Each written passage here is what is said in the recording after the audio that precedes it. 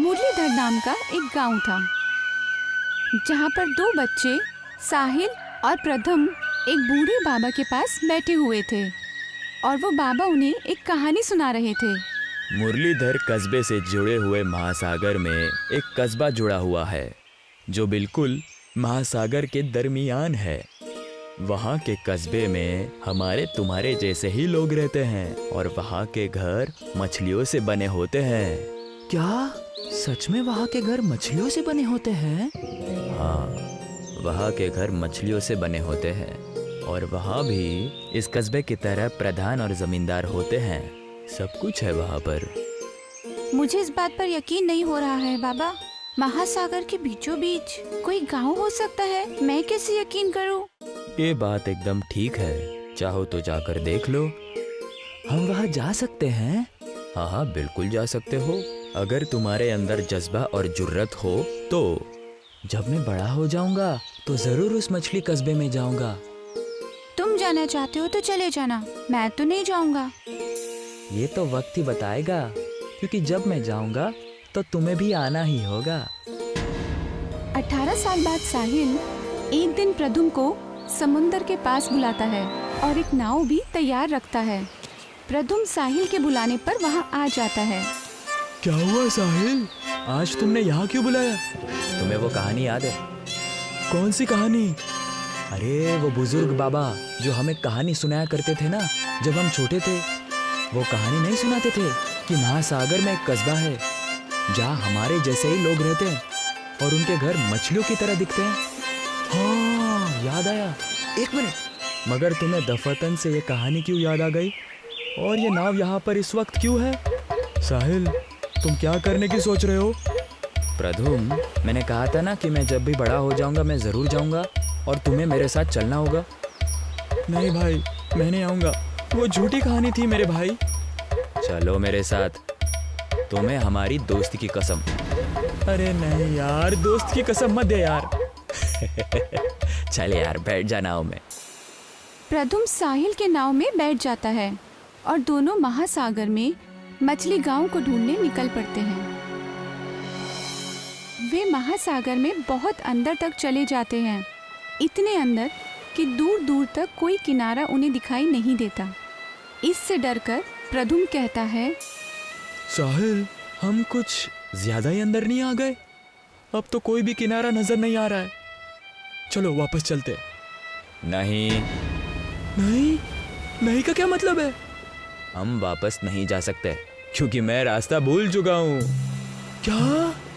अब हमारे पास कोई चारा नहीं है सिवाय उस कस्बे को ढूंढने के, नहीं तो जान हमें ढूंढ लेगी। तुम इतना मुस्कुरा क्यों रहे हो? तुम्हें डर नहीं लग रहा क्या? बिल्कुल नहीं, क्योंकि मैंने खुद को और तुम्हें ऐसी हालत में डाल दिया है कि अगर हम हमारी मंजिल तक नहीं पहुंचेंगे तो हम मर जाएंगे। ऐसी हालत में ही लोग जिंदगी में कुछ आगे कर सकते हैं। हे ऊपर वाले, क्या सोचकर आपने मुझे इसके जैसा पागल दोस्त दिया? साहिल और प्रदुम अब बस चप्पू चलाते चलाते महासागर के ओर अंदर चले जाते हैं। अचानक साहिल को कुछ दिखाई देता है। प्रधुम, प्रधुम, क्या तुम्हें दिख रहा है जो मुझे दिख रहा है? वो रहा एक जगह जहाँ बड़ी बड़ी मछलियाँ हैं। क्या ये वही कस्बा है तो नहीं जो बूढ़े बाबा हमें बताया करते थे? हाँ, ये वही कस्बा है। ये वही मछली कस्बा है। उनकी कहानी झूठी नहीं थी, हकीकत हमारे सामने है। आखिरकार हमने इस कस्बे को ढूंढ लिया प्रद्युम। यस! साहिल और प्रदुम करीब आधे घंटे बाद वे उस गांव में पहुंच जाते हैं। जैसे ही वे दोनों उस गांव में उतरते हैं, शिल्पा नाम की लड़की उन्हें देखकर उनके पास आती है और कहती है, तुम दोनों कौन हो और यहाँ क्या कर रहे हो? हमने इस कस्बे के बारे में सुना था, इसे ढूंढते ढूंढते यहाँ आ गए। बाहर वालों का यहाँ आना मना है। इस गांव में तुम्हारा स्वागत नहीं किया जाएगा। हमें माफ कर दीजिए, हमें बस थोड़ा खाना और पीने के लिए पानी दीजिए, फिर हम चले जाएंगे। ठीक है, मेरे पीछे पीछे चलो। शिल्पा साहिल और प्रदुम को अपने घर ले जाती है, जो मछली के आकार का था। अरे साहिल, ये तो हकीकत में मछली घर है। यहाँ सारे घर मछली जैसे हैं। ठीक कह रहे हो, यहाँ आकर मेरा ख्वाब पूरा हो गया। वे दोनों शिल्पा के घर में बैठ जाते हैं। शिल्पा उन्हें खाने के लिए खाना और पीने के लिए पानी देती है। जैसे ही वे दोनों खाना खाकर उठते हैं, शिल्पा का भाई सुरेश वहाँ आ जाता है और शिल्पा से कहता है, क्या यही दोनों हैं जो बाहर से आए हैं? प्रद्युम्न धीरे से साहिल से कहता है, ये पक्का हमें मारने आया होगा, सब तुम्हारी गलती है। हाँ यार, कहाँ फंस गए? साहिल सुरेश से कहता है, भाई हम पक्का चले जाएंगे और कभी किसी को इस कस्बे के बारे में नहीं बताएंगे। हाँ भाई, सच में हम लोग इस समंदर में कभी पैर भी नहीं रखेंगे, बस हमें माफ कर दो। अच्छा, तुम दोनों को लगता है कि मैं कोई गुंडा हूँ? दरअसल हम लोगों को आपकी मदद चाहिए इस गांव को बचाने के लिए। किससे? हमारे प्रधान से। 1 महीने पहले की बात है। 1 महीने पहले हमारे कस्बे ने प्रधान को चुना और हमारे प्रधान को जादुई मोती की माला पहनाई, जिसे पहनने के बाद प्रधान के पास जादुई ताकत आ जाती है, जिसकी वजह से अगर कस्बे वाले प्रधान की बात नहीं मानते, वो अपनी ताकत से सबको काबू में कर लेता है। हमारे कस्बे में एक जादुई आईना भी है जो हमारे कस्बे और बाहर की दुनिया को जोड़ लेता है। वो अपनी शक्तियों का इस्तेमाल करके उस आईने को अपने घर में रख लिया है। अब मैं बाहरी दुनिया में भी अपना डंका बजाऊंगा। मैं इस कस्बे में आसानी से मिलने वाले मोतियों को बाहर बेचकर बहुत रईस हो जाऊंगा और अपने ताकत का इस्तेमाल करके कस्बे वालों के ही मोती बिनने के लिए कहूंगा। प्रधान इतना लालची इंसान निकलेगा, ये मैंने कभी सोचा नहीं था। हमारे गांव के मोतियों में जादुई ताकत होती है। अगर उनके साथ कोई छेड़छाड़ करे तो उनकी समस्याएं हमारे गांव को भी झेलनी पड़ती हैं। तो आप चाहते क्या है? इसमें हम आपकी कैसे मदद कर सकते हैं? क्योंकि आप इस कस्बे के नहीं हैं, तो प्रधान की शक्तियों का असर आप पर नहीं होगा। ओह, समझ गया, बिल्कुल समझ गया। आप चाहते हैं कि हम उस प्रधान से वो आईना जो बाहरी दुनिया को इस मछली कस्बे से जोड़ता है, उसे उसके घर से चुरा ले, यही ना? वो वापस से अपने मोतियों की ताकत का इस्तेमाल करके वो आईना ले लेगा। हमें उस मोती की माला को उसके गले से चुराना होगा। बिल्कुल, हमने तो उसे अच्छा समझा था, लेकिन वो लालची निकला। कोई बात नहीं, आप सब हम पर छोड़ दीजिए। सुरेश और शिल्पा दोनों प्रधान के घर के बाहर पहुंचते हैं और प्रधान को आवाज लगाने लगते हैं। प्रधान जी, प्रधान जी। प्रधान जब वो ये आवाज सुनता है तो कहता है, कौन है जो इतनी सुबह सुबह आवाज लगा रहा है? जाकर देखता हूँ। प्रधान घर के बाहर आता है। ओह, तुम दोनों भाई बहन हो।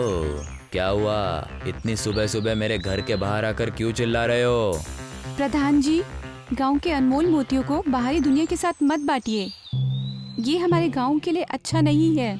हाँ, हमारा कस्बा इन्हीं अनमोल मोतियों की वजह से बाहरी दुनिया से छिपा हुआ है। निकल जाओ यहाँ से, नहीं तो ऐसा मजा चखाऊंगा कि तुम लोगों के होश उड़ जाएंगे।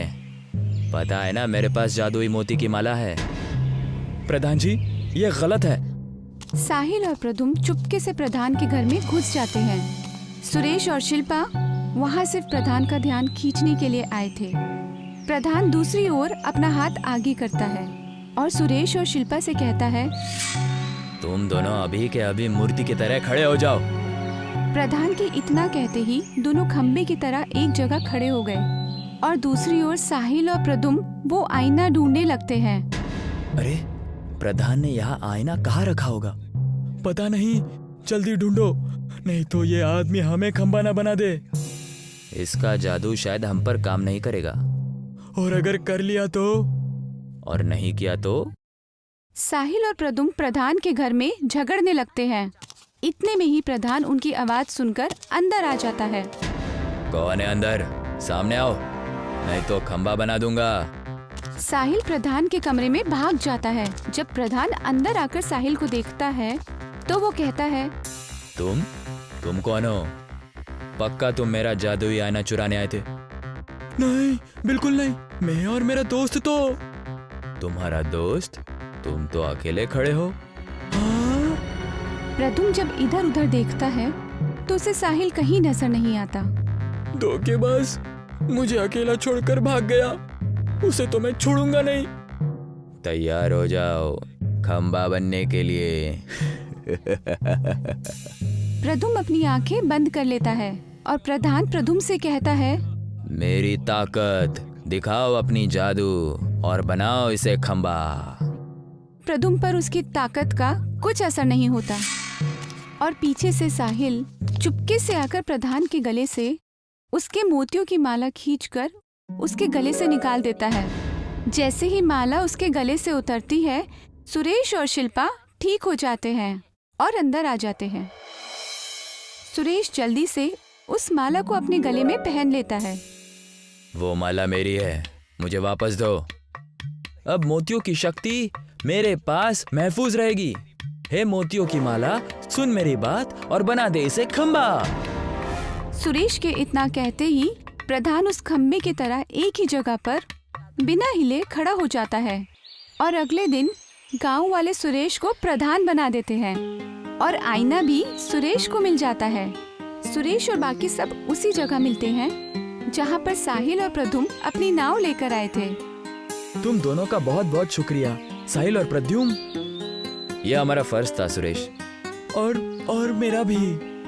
आप लोग इस आईने के अंदर जाएंगे तो सीधे अपने गांव में पहुंच जाएंगे। साहिल और प्रद्युम्न दोनों उस गांव में चले जाते हैं और सीधे अपने गांव में पहुंच जाते हैं और सबको ये कहानी सुनाने लगते हैं।